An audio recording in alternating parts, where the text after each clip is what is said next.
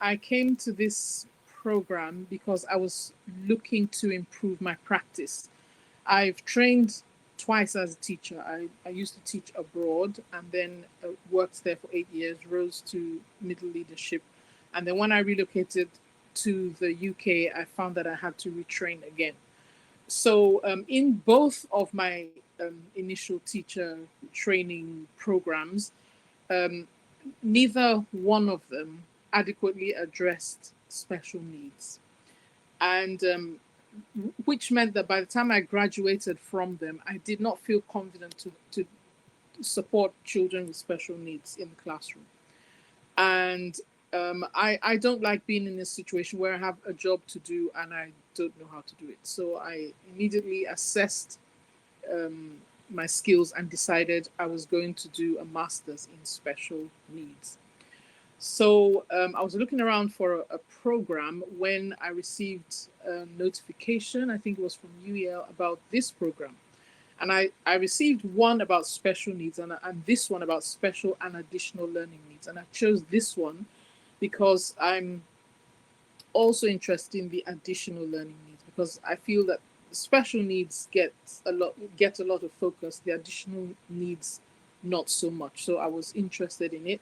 Had a look at the course brochure and everything, and I was a bit wary because I thought to myself, most of my education up until that point had been in person. And I thought, if I go on a distance learning program, am I going to be as motivated? Will I be able to stay on track? Uh, how is it going to be? But I decided to, have a go. And so I did. I got on the program, and I found that my fears, I didn't need to have any fears because it was so interesting. And you study in a cohort. So my cohort kept me motivated. We motivated each other. We worked together on I think it was Moodle. That's the virtual learning environment that we used. We worked together there. We also set up a private WhatsApp group and we worked there. So that just kept us all bouncing off each other. So no one got left behind. If we didn't hear from one person in a while, we would check in on that person. So it was a very lovely experience because my colleagues on the program came from around the world. So they were able to share practice from different settings and it enriched the learning. So, what made me choose this program? Yes, I wanted to do a master's degree. Why did I decide to do it by distance learning? One, distance learning made it accessible. Then, my youngest child at the time was, because of my responsibilities with her, I couldn't have gone to a face to face course and I was working. So, this allowed me to study at my own convenience. And I chose to study at weekends and during the holidays. So it made the program accessible. If there were no distance learning programs, I wouldn't have master's degree by now. It was also flexible, study at your own pace. So, like I said, I chose to study in the evenings and on weekends and during school holidays. I also chose it because of the capacity building nature of it. I personally, if I had my way, every teacher would have to go through this program because it enriches you and enables you to support the diverse abilities that you're going to encounter in a classroom. It was the tutors were supportive when I needed one-to-ones. I was given them. Um, the admin staff were also on hand. They answered our emails very quickly. As for my dissertation, I decided to. My topic was pupil voice in literacy intervention. How is pupil voice used, and how can this be developed? I chose that from critical incidents in my practice because in my teacher training, I learned to keep a diary of critical incidents because they could be learning opportunities. And I learned to be a reflexive teacher, thinking back on my own practice and how I could improve it. So, from my collection of critical incidents, I chose pupil voice. And I want, because the inclusion module helped me to see how much I was advocating for learners to have a voice, to have a say in their own education. And I find that because of the fast paced nature of of the classroom and the work of a teacher, pupil voice usually doesn't happen that much. So I was interested in how much pupils get a say in their own intervention. So that's what I researched on. The process, as I said, I chose something from critical incidents in my practice, checked the topic for viability. Will the research population be accessible?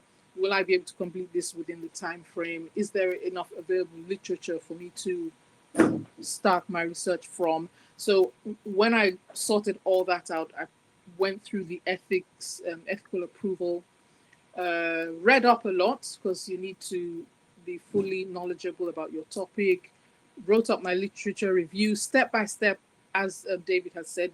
None of us really knew how to do this, and it was like paint by numbers. They would, teach us to do one thing, we would do it, then teach us to do another thing, we would do it. And that's how I got my 14,000 words written.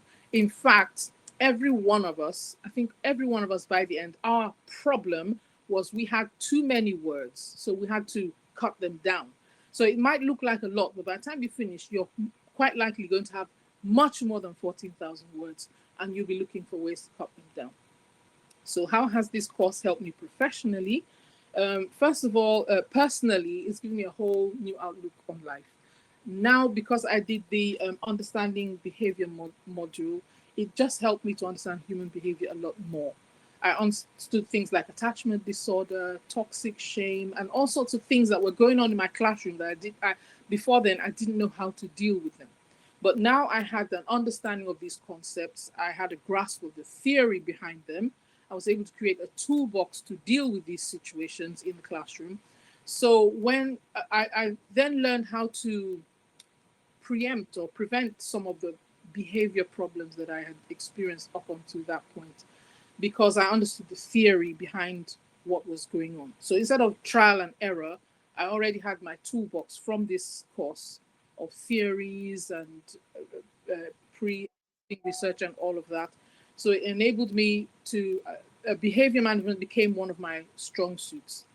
It gave me confidence because now I knew what I was doing. If I'm doing trial and error, I'm not so confident, but now I knew what I was doing. So I'm always confident. And up until now, I've taught in primary, I've taught in secondary, I've taught in further education, I've taught in undergraduate, and I'm comfortable anywhere because I understand how human behavior works and how to facilitate an enabling learning environment. And I learned much of this on this program. Also, this program gave me resources. Like I said, I developed a whole toolkit. As we've been told previously, I think it was David who said it, try to understand where you want to go with your career and then make sure you grab the tools you need from this course to help you get there. So I was always collecting resources. I still have them up to now. I graduated in 2018, but I still have my lovely plastic box with all my module resources, all the research papers that I printed out, and I have referred back to them ever since that time. After this program, I went on to do a PhD. I used a lot of what I learned and the resources I gathered here on my PhD. I constantly used them in the classroom. I bought all the textbooks, highlighted, underlined, dog-eared all of them, and I'm constantly going back to the textbooks to help me understand how to deal with situations I find in the classroom. So the learning doesn't expire. It's very useful. And as I've mentioned, in many settings, all the way from early years up to higher education I have taught, it has been useful in all of those situations. My qualification has given me options. I've taught in mainstream, I've taught in SEN settings, pupil referral units, SCMH provisions. So it's given me options. So it's making me enjoy teaching. I'm not just stuck in one kind of setting. It has also expanded opportunities for me because I was able to spend some time teaching on a bachelor's SEND program where there were learning support assistants and teachers. And it was very interesting to be able to use my learning on that program. And coincidentally, one of my colleagues who was teaching on that program was also from this course. So it gives you a wide range of options career-wise. It has facilitated my career goals because I'm interested. I developed research skills on this program and knowledge about inclusion, which I've used in research consultancy. Um, when I went on to do my PhD, I did some research consultancy for the university, so we got paid for that. So the skills, if you want to go into consultancy, you can use that. I began publishing my own work. Much of my PhD work that I published was based on research that I did in my master's degree. So it paved the way for me to achieve those higher goals. I have some parting words for people who might be, in case you're interested. This is a lovely program. Like I said, if I had my way, every teacher would have to do it because in any learning setting, whether it's formal education, informal education, primary, early years, university, workplace, in every educational or learning setting, there is a diversity of needs. So every teacher, trainer, facilitator should study a course like this so that you can do right by the people that you're working with. You don't want to go in there half baked, not knowing what to do. So make the most of this degree if you decide to go on it. Decide what your career goals are, and while you're on the program, be working towards those career goals. In my cohort, one person decided she wanted to focus on dyslexia. She went and became a specialist dyslexia teacher. Another person decided they wanted to lead inclusion, so they went on and became a inclusion lead. I decided I wanted to go into research consultancy, entrepreneurship, and academia, and I've had the chance to go into all three. I love all three so much that I actually do them all the time.